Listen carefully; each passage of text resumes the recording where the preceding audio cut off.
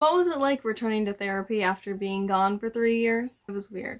It was pretty weird. Hi guys and welcome back. It's been a while, and first and foremost, happy OCD Awareness Week. The second week in October is always OCD Awareness Week, which I find kind of poetic since my birthday is October 7th, and then having OCD became a really big part of my life. But anyway, today I want to talk about the fact that I went back to therapy in early 2023 after 3 years of being gone. And for a little bit of background, I started going to therapy when I was like 6 years old, and I was going off and on because of my very severe anxiety. And so I would have good times and I would stop, and then I would have bad times and I would go back. And that went on for about 10 years before I developed severe OCD. And then I went to cognitive behavioral therapy instead, which ended up being a lot more helpful. And I went to an intensive outpatient program for like 6 months, and then I carried on for another 6 years or so with maintenance treatment because I had a lot to work through.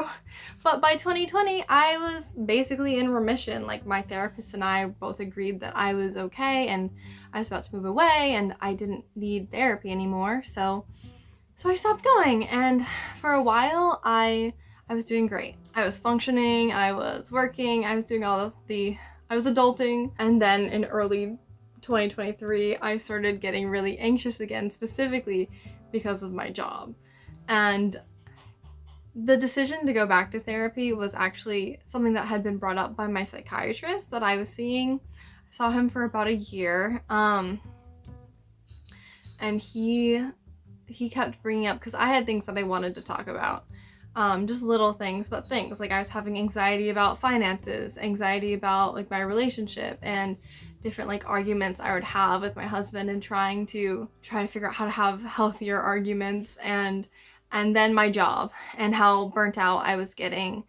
And for a few months I like completely denied that I was burnt out at all, which was a problem, because maybe if I would have done it sooner and I would have like set more boundaries, then it wouldn't have escalated. But it did escalate because I wasn't accepting it, and it ended up that I was so burnt out that it was going into anxiety and depression territory. And during these months I was slowly going off of my medication, which is something me and my psychiatrist agreed to do, and I was still doing really good when we decided to go off of it. And I honestly didn't see a big increase in my anxiety until the last dosage. I went off the last dosage of the pills, and then all of a sudden my anxiety went up so high. But I don't know if it was the pills, because I was also having some really hard circumstances with my work, and I was basically very burnt out and tired all the time, and I couldn't like take care of myself because I was too tired after work. I felt like I had no time to myself, and I wasn't taking care of myself, and I got really anxious to the point where I was like, there were some weeks where I cried every day before work, or I was crying at night, or I was super agitated all the time. And I knew at that point that I was burnt out. And looking back, I was more than burnt out. Like, it was turning into depression and anxiety over this circumstance. So on my last session with my psychiatrist, he said, "You're doing okay. Like, obviously you're doing good, but just, can you go see a therapist?" And I was like, yes. Finally I will, because he kept telling me like, you should go talk to someone like who doesn't cost as much as I cost. And I was like, well, no, because I wanted to save money. And ever since moving out, I kind of got into the hustle mentality, which is so toxic. But I wanted to like make money. Me and Tyler don't make a lot of money, so I was like, I just have to hustle and work hard and be functioning and be a normal person. It turns out like it's hard to hustle when you actually need rest at some time, like some points. So I was doing too much, and it caught up to me. I had a teaching job before my last one that was a very toxic workplace, and I left that because I got burnt out, obviously. But this one, like, I didn't want to leave my job. It was a much better environment, and I loved it when I first started. I even loved it up until a year in, and then things started changing in the school, and I started feeling very, very burnt out, and I didn't acknowledge it until it was too late. But through this process, regardless of the situation at the school, which I still love that school, like I hope the best for them, regardless of the situation, I decided teaching was not for me. So I had so much stress and anxiety trying to figure out what to do because I really liked this school, but I was getting burnt out again at another teacher's assistant job. So I was like, do I go back into psychology? Do I start working online, like do something flexible? What do I do basically? Should I quit because this is a good job and like they've given me raises, they've taken care of me? Should I quit? And at the end of the day, I decided to quit. And during this time, I saw a therapist on BetterHelp. I decided to use BetterHelp, being that they are cheap and accessible. Ended up having two therapists because of scheduling conflicts. And my first one, I mean, both of them were great. Like, they were lovely people. Clearly, they knew what they were talking about. But the first one helped me while I quit my job. I was like, I think my second session, I was like, yeah, so I quit and I feel so much relief. And I continued to feel like so much relief. And my anxiety at the beginning of treatment went from like a 16, 14 score to a like 3. And I mainly think that was because of the circumstances that brought me to therapy and relieving the stress of being at my job. Like, I still had arguments with my husband that I wanted to work through and try to figure out how to be a more effective communicator. And there were sometimes I got really sad about those things, but the biggest thing was my job, and it was causing me so much stress. I bit the bullet, I went to therapy, and it was a weird experience because like I said, I had been in cognitive behavioral therapy especially taught me so much, and I'd done that for 7 years or so.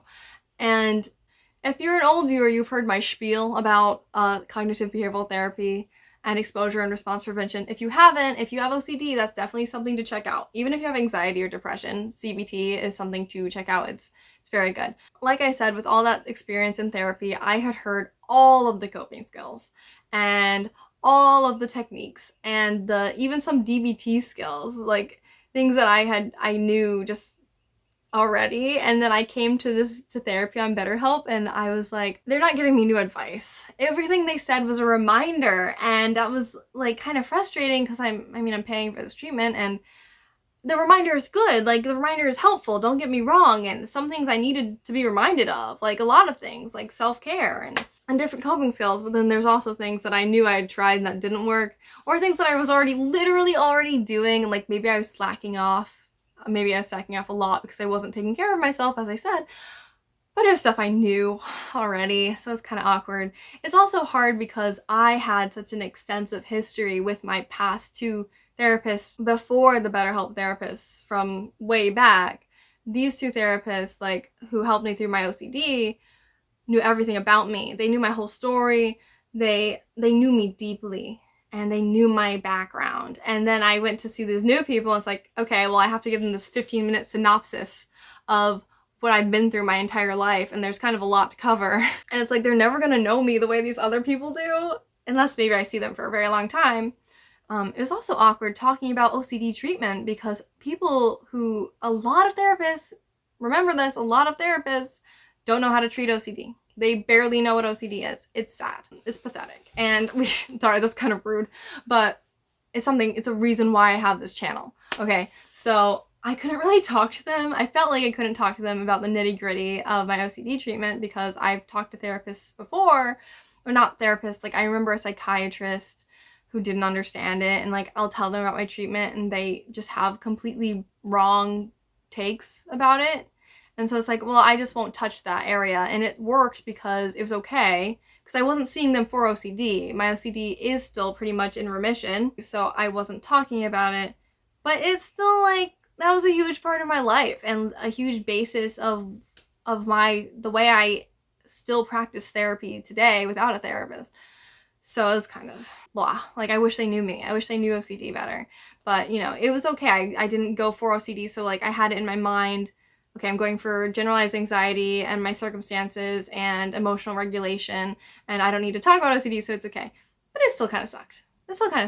Like, I want to be able to tell people about ERP. Let's see, I have my notes so I don't forget. I don't want to talk badly about BetterHelp. I feel like BetterHelp probably helps a lot of people, and the therapists on there, there's a lot of therapists on there, so I can't group them all together. And the ladies I had were lovely and wonderful and wanted to help, and I had some good ideas. It's just I already kind of knew them. I just like feel like I'm bragging. I'm not trying to brag. It was just like uncomfortable because I wanted something new, and I couldn't get the new thing because I'm overly therapized now. So I was thinking like maybe if I got a therapist with a new modality, a new perspective, it would have been more helpful. Maybe it's not because I know too much. Maybe it's because I just didn't get the right therapist. I don't know. But they were lovely. Like, they were really nice. I don't want to talk badly about them because they were great. It was just, I knew a lot. And even my therapist at my last session of my BetterHelp therapist, she said, I considered you a low needs client because you kind of already know what you have to do. I was like, yeah. Yeah, exactly what I've been thinking. So maybe if I had more needs, I would have gotten like different reactions out of them, and maybe they would have had something new to say, but I didn't really have those needs. Like, I knew the coping skills, I knew the routines, I was mostly okay. I just needed to talk through my work problems, which is also kind of frustrating because I know therapists aren't supposed to give you ideas, like they're supposed to help you work through it yourself. But I really wanted someone to tell me what I should do about my job. Like, I really did. Like, I wanted someone to give me some kind of guidance, and instead it was just like, oh, well, how do you feel about that? What appeals to you? And I'm like, well, I don't know what appeals to me. That's why I'm here. I was expecting a little bit more guidance, but I know that's never how therapists have ever operated, so that was silly of me. But in the end, I found something that I liked. I am considering going back into psychology still, but right now, like, I'm a nanny. I'm nannying. It's very fun. I'm making more money. I have more time. I'm more relaxed. I'm not burnt out. It's way better because it's only 2 kids as opposed to 8. Is there anything else that I need to say? I don't think so. It was a hard decision too, going back to therapy, mostly because I didn't want to pay for it, but also because, like, I don't know, it's hard to admit that you need help again after all that time. But like, mentally I was open to it, but emotionally I was a little bit closed off from it because I was like, well, I'm just going, I'm just doing my things. Like, why do I need to go back? Like, do I really need this? But the biggest barrier was financial reasons, because even when I was talking to my psychiatrist, I recognized, like, I do need to talk to someone. Like, I was really, really yearning for someone I could talk to objectively. And Tyler was kind of supportive of me going back to therapy, which is good. Like, he doesn't fully understand why I was drawn to returning to therapy, but, like, I tried to explain, like, it's just an objective point of view. Like, I know you could tell me the same things, but I want to hear from someone who's studied this their whole life and is objective. And I don't know, it's a different experience going to therapy. It's just way bit different from then talking to someone who you know. So, have you gone back to therapy after leaving for a while? What was it like for you doing that? 'Cause, like, I know a lot of people now in the mental health community who have left and gone back. What did you guys think about your experience? Did you find someone new with a new perspective that really helped you? I'm disappointed that it didn't do more for me. But the good news is I do feel better. And I wish I had more help from therapy, but I do feel better, and I think it's because I changed my circumstances, much like when I was in college in 2019 and super depressed, and then I left and then I was fine. I had my therapist help me through that too. So yeah, it's been a year. Happy OCD Awareness Week. You guys let me, like, I'm just repeating myself. Happy OCD Awareness Week. I hope you enjoyed this video, and maybe it helps you, and maybe it makes you think about things.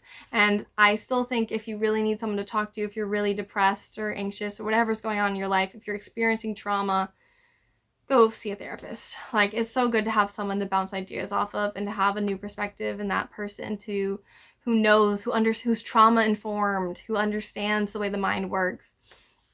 I still really recommend going back to therapy if you think you need it. And that's been my journey this year. I'll talk to you guys another time. Goodbye.